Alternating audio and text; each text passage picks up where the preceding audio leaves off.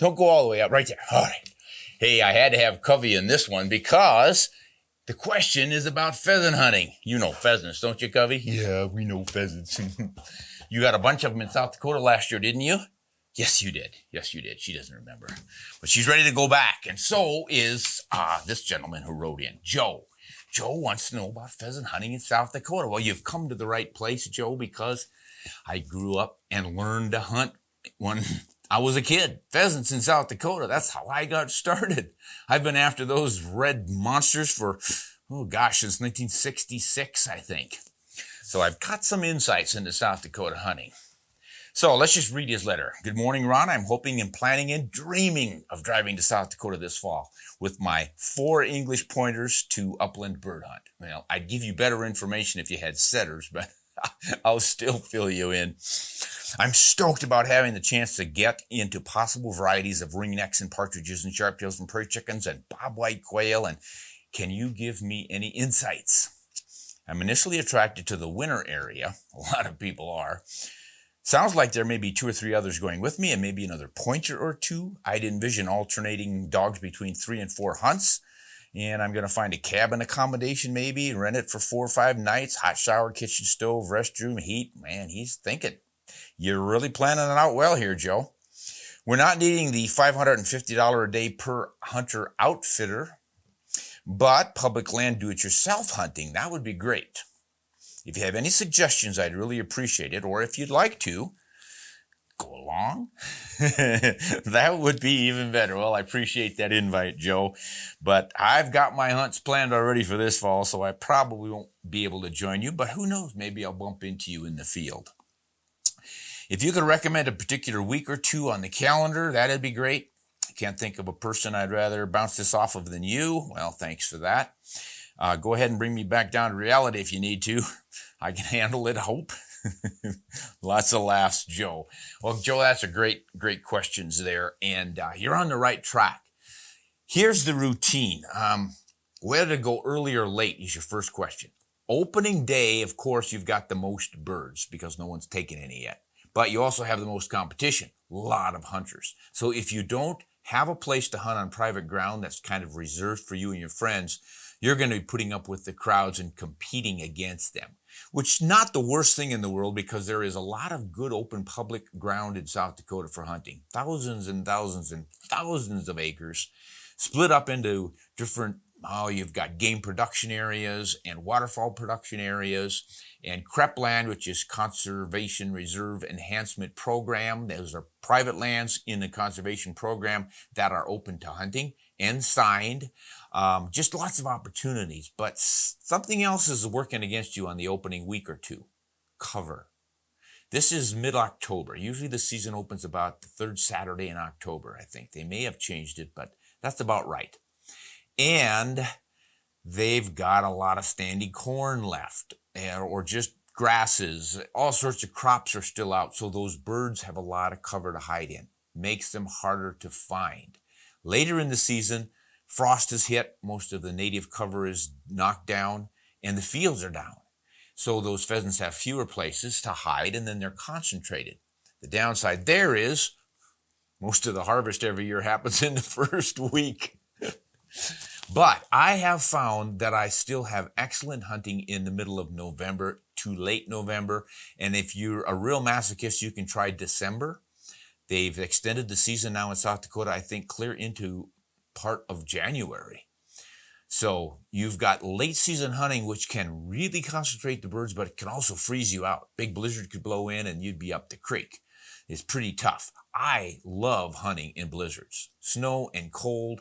Sometimes my thumb will freeze and I can't get my safety off. But other than that, I just enjoy the wild adventure. I guess it's because I grew up in those cold, windy environments and had such good pheasant hunting. And those are your 3 options. The early, right off the bat, nice weather usually. Mid-November to Thanksgiving, could be snowy and cold, but it could just be concentrating the birds without being too brutally hard on you. And then late season into December, you just never know what you're going to get. You could get completely snowed out. So those are the 3 to consider. Now, where to go?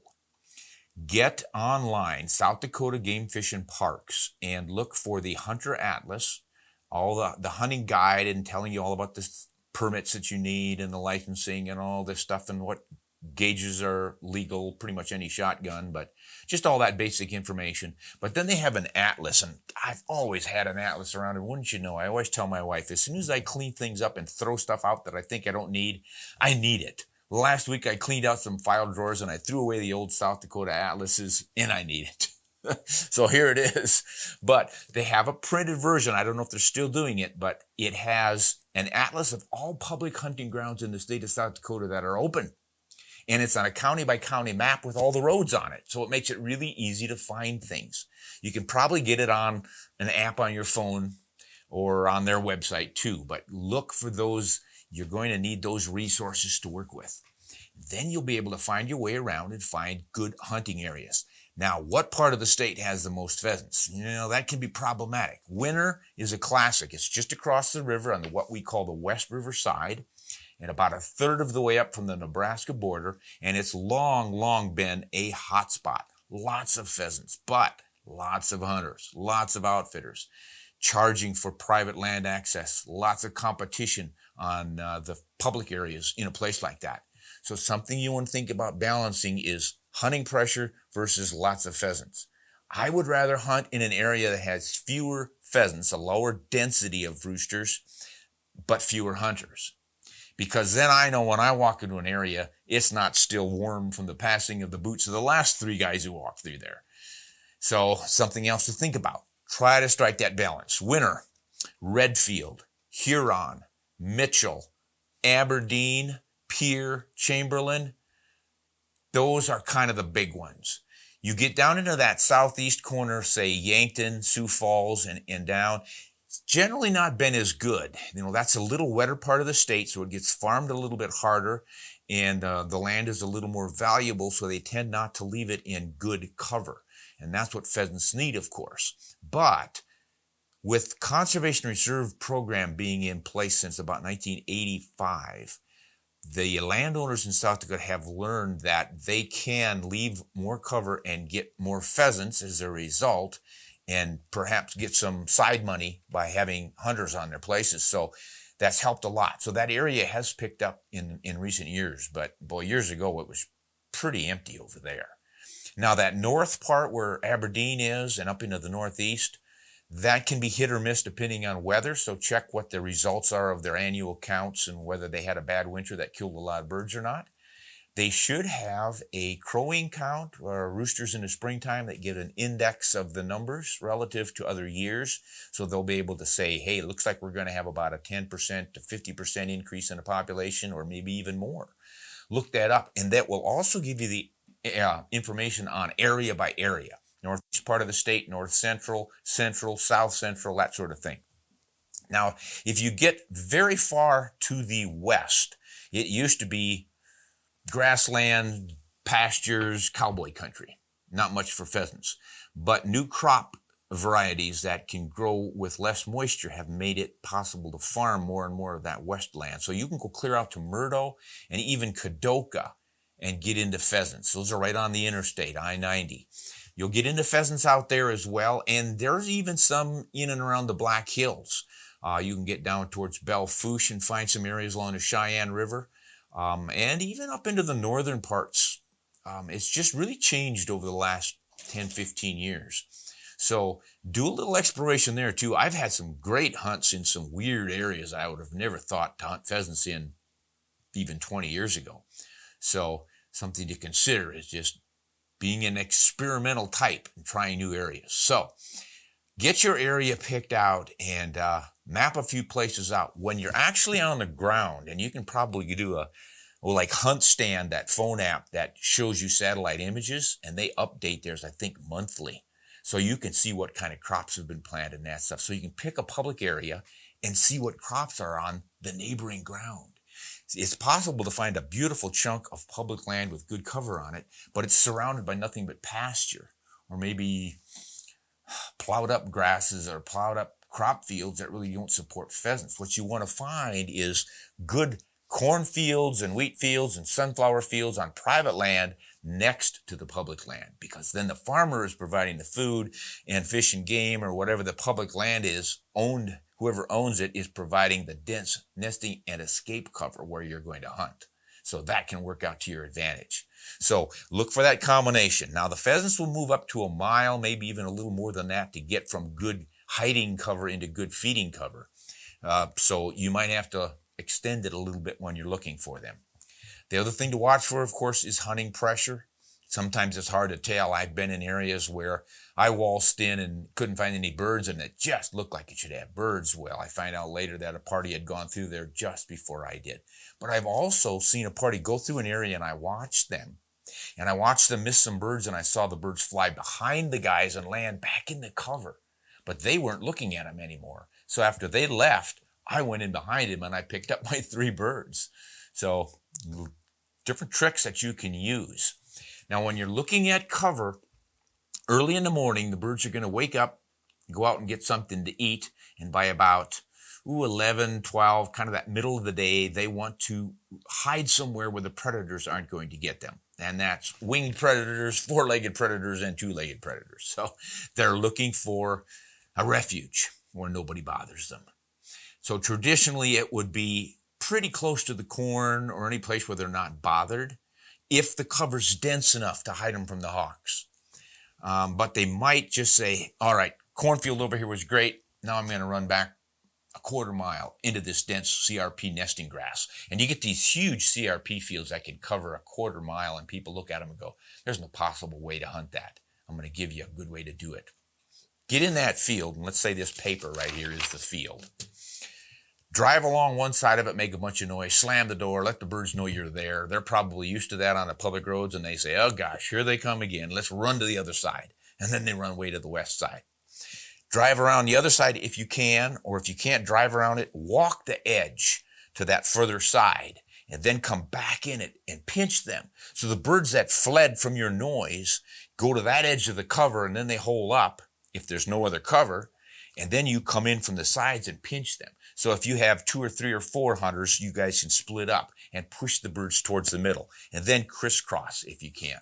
If I'm by myself, I can successfully hunt these big CRP grass fields by going around the edges. I might stay in 20 yards at the most, then zigzag back right out to the edge. A lot of times those birds will run to the edge and then they'll freeze because there's no more cover. You step on them and up they go. So I'll zigzag that edge all the way around the field, and then I'll crisscross right through the middle. Just go through the middle, zigzag a little bit, and the birds that ran to the middle to escape you will now think they're surrounded. It sounds silly, but it works. What else can I tell you about South Dakota pheasant hunting other than it's just absolutely glorious? I love it. I go back every year. Obviously, if you can get on private ground, you're going to be probably getting into some really good birds without the pressure. But most farmers need a little more cash to run their operations, and if the pheasant hunters are there and willing to pay it, by golly, they're going to get it. So it's going to cost you several $100s to get on a place for the day. But if you're not finding them on public ground, I think it's worth it. You've come all that way, you've put in the time and the effort, and you're not getting birds. Find either an outfitter or a farmer who's got good pheasants on his place and pay a little money, because it can sure change the complexion of your hunt. You don't want to go home skunked. I can't imagine anybody going home skunked, but then, like I say, I've been hunting that place since 1966, so I kind of know how to hunt pheasants almost instinctively. Do cover the miles, but hunt smart. Don't just walk. I was saying earlier about midday they go for the heavy cover. That's when I hunt the heavy cover. But in the afternoons, they're going back out to feed again. They're going to fill their crop up before they go to bed. So the important thing to do then is look for that food crop. And if I've got my grass field that I can hunt next to a private grain field that I can't, by about 3, 4 in the afternoon, I'm going to be walking that edge, because the birds are going to come out of the dense cover, get right on the edge, run out and grab some corn, come back in. And if I'm on that tattered edge right there, I got a good chance of finding my birds. That's kind of how it works for me, and it's been doing that for a long time. Now, once the snow hits, that's really cool, because then you just look for heavy cover. They've got to get into that heavy cover when there's snow on the ground.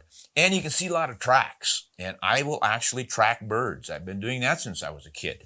You find fresh tracks in the snow, and if there's a drag mark between the footprints, it usually means it's a long-tailed rooster, and I just follow that thing. until I get the rooster up. And of course, now with Covey, bingo, we're going to find our birds. When the snow is fresh and deep, those birds will burrow into the snow. And the dog will come along and point, and all you see is snow. You go over there and kick around, and those birds literally burst out of the snow cover. It is really exciting. We had a great hunt 2 years ago like that. So I always look forward to some snow in November. But you can do it in October. Just be ready to cover more miles because there are so many places for those birds to hide. There's just cover everywhere. So, boy, more information can be had from the South Dakota Tourism Department in Pierre. That's the capital city. It looks like Pierre, but they pronounce it Pierre. The tourism people are real good about helping you find places because they're paid to bring tourism into the state.